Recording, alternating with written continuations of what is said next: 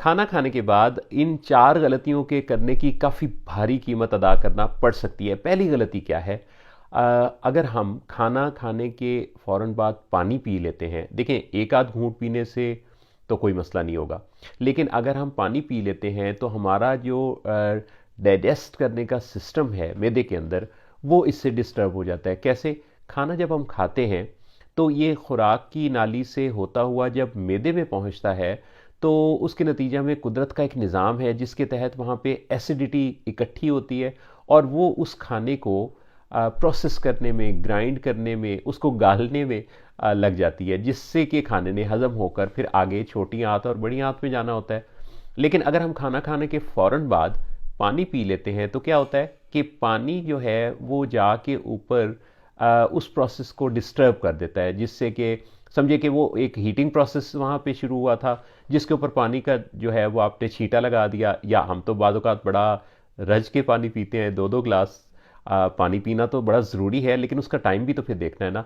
तो खाना खाने के फ़ौरन बाद पानी का पी लेना, उससे क्या होगा कि उससे आपका जो डाइजेस्टिव सिस्टम है, जो खाना हज़म होने का प्रोसेस मैदा चला रहा है, वो डिस्टर्ब हो जाएगा और वो जो हीटिंग प्रोसेस वहाँ पे हरारत पैदा हुई हुई है वो डिस्टर्ब हो जाएगी और खाना प्रॉपरली डाइजेस्ट नहीं हो पाएगा। दूसरी गलती जो हम करते हैं वो ये करते हैं कि हम में से ज़्यादातर लोग खाना मुकम्मल होने के फ़ौरन बाद ही चाय पी लेते हैं। लोग भी ऑफ़र कर रहे होते हैं, जैसे खाने के साथ ही पानी पड़ा होता है, इसी तरह से खाना ख़त्म होने के साथ ही चाय आ जाती है।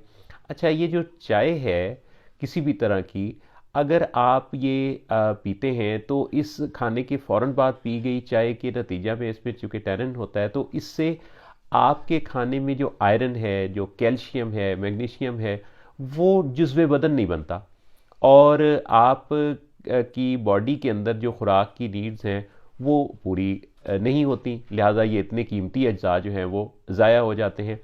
चुनाचे अगर आपने पानी पीना है या चाय पीनी है तो इसके लिए फिर आपको 2 घंटे इंतज़ार कर लेना चाहिए। अच्छा, इसी तरह से बहुत सारे लोग ऐसे होते हैं जो खाना खाने के बाद जैसे ऑफिस से घर पहुंचे और फिर जनाब खाना खाया और फिर लेट गए। अच्छा, ये जो लेट जाना है, या कई दफ़ा तो लोगों की आंख ही लग जाती है।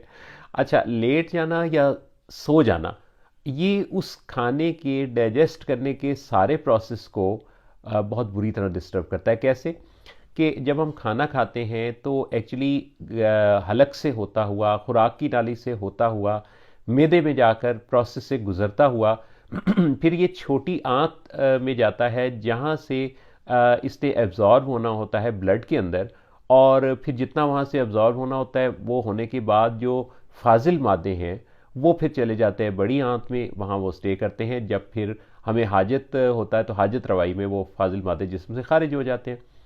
अच्छा, इस सारे प्रोसेस के अंदर एक चीज़ जो कि बड़ी याद रखने की है वो ये है कि ये जो कशिश शकल है, ग्रेविटी, ज़मीन की कशिश, एक्चुअली ये चूँकि ऊपर से नीचे होने वाले इस प्रोसेस के अंदर काफ़ी रोल अदा करती है खाने के डाइजेस्ट होने में। देखें कुदरत का निज़ाम कैसा है।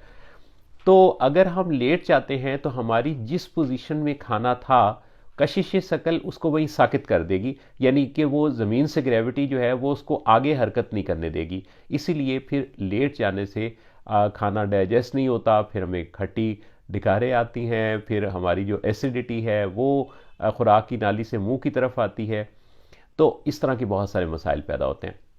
अच्छा, इसी तरह हम अगर सो जाएं तो खाने के फ़ौरन बाद सोने से वैसे तो आपने सुना ही होगा कि बहुत सारे लोगों को बड़े डरावने ख्वाब आते हैं। इन ख्वाबों का भी निज़ाम से काफ़ी ज़्यादा ताल्लुक़ होता है। लेकिन अगर आप सो जाते हैं तो आपका जिस्म चूँकि एक प्रोसेस में है, मैदा जो है वो अपना काम कर रहा है, कोशिश कर रहा है, तो आपको पुरसुकून गहरी नींद नहीं आएगी। जिस तरह हमारे इर्द गिर्द शोर हो तो हमें गहरी नींद नहीं आती, इसी तरह से जिस्म के अंदर भी अगर शोर होगा तो फिर पूरी पुरसुकून बेहतरीन किस्म की नींद नहीं आएगी। तो अगर आपने सोना है, अगर आपने लेटना है तो फिर इसमें भी 2 घंटे का गैप देना होगा। अच्छा, चौथी जो चीज़ है जो कि बड़ी ख़ास चीज़ है कि हम में से बहुत सारे लोग जो हैं वो आजकल एक फैशन सा भी बन गया ना, एक्सरसाइज वॉक, इसकी पब्लिसिटी बहुत ज़्यादा होती है जो कि बड़ी ज़रूरी है। हम लोग इसकी कदरों कीमत को नहीं जानते, और वॉक या एक्सरसाइज हमारी रूटीन होनी चाहिए, जो कि नहीं है। वो कहते हैं ना कि जिन मुल्कों के, जिन कौमों के पार्क आबाद होते हैं उनके अस्पताल वीरान होते हैं। तो अगर हम वॉक और एक्सरसाइज करें तो ये बहुत ही सेहत के लिए अच्छा है, ज़बरदस्त है, बेहतरीन है। लेकिन अगेन, पानी पीने की तरह जैसे बात थी कि पानी पीना बड़ा इंपॉर्टेंट है, लेकिन गलत टाइम पे पानी पी लिया तो उसका फ़ायदा होने के बजाय उल्टा नुकसान हो गया। इसी तरह से ये जो एक्सरसाइज है, इससे पहले ये कि जैसे 5-10 मिनट अगर आप वॉक कर लेते हैं खाने के बाद, तो ये तो ठीक है, क्योंकि इसने तो वो ग्रेविटी वाला जो पहले मैंने आपसे जिक्र किया है उस प्रोसेस में ही हेल्प करनी है, और आपके खाने के हजम होने के प्रोसेस को इसने अच्छा बूस्ट करना है। लेकिन अगर आप एक्सरसाइज करते हैं तो क्या होता है? एक्सरसाइज खाने के फ़ौरन बाद करने से एक्चुअली जो मैदे के अंदर खून खून गया होता है, जमा होता है, हमारी बॉडी का निज़ाम ये है कि जिस जगह भी जिस्म के अंदर कोई काम कर रहा होता है ना, जिस्म के कुछ ऑर्गन्स काम करने में मसरूफ़ होते हैं, तो जो ब्लड की सप्लाई है वो उस तरफ को ज़्यादा हो जाती है। चुनाचे अगर मैदे के अंदर खाना हजम करने के लिए ब्लड वहाँ पे जाके काम कर रहा है और हमने एक्सरसाइज शुरू कर दी, तो क्या होगा कि हमारे जो मसल्स हैं, पट्ठे हैं, उन पर चूंकि दबाव पड़ रहा है, वहाँ भी खून चाहिए, क्योंकि ब्लड के अंदर ऑक्सीजन भी होती है, आपकी खुराक भी होती है। तो आपने एक्चुअली दोनों कामों में खून को जो है कंफ्यूज कर दिया कि वो अब मैदे में भी प्रॉपर काम नहीं कर रहा, हम उसको इधर भी बुलाना चाह रहे हैं। तो क्या हुआ कि दोनों जगहों पे काम के ख़राब होने से आपके मसल्स में भी क्राइम्स पड़ सकते हैं, इसी तरह खाना आपका डिस्टर्ब हो सकता है। तो एक्सरसाइज ज़रूर करें, लेकिन इसके लिए भी याद रखें कि फिर 2 घंटे का कम से कम गैप आपको लाजमी लेना चाहिए। अच्छा, इसी तरह बाज़-औक़ात लोग जो है वो इस चीज़ का भी ख्याल नहीं रखते और खाना खाते ही वो बात लेने चले जाते हैं। तो ये भी एक्चुअली उस प्रोसेस पर असरअंदाज होता है, गो कि उतना तो नहीं होता, लेकिन जितना भी आपका मैदा प्रोसेस कर रहा होता है ना, उस प्रोसेस पर ये चीज़ भी असरअंदाज होती है।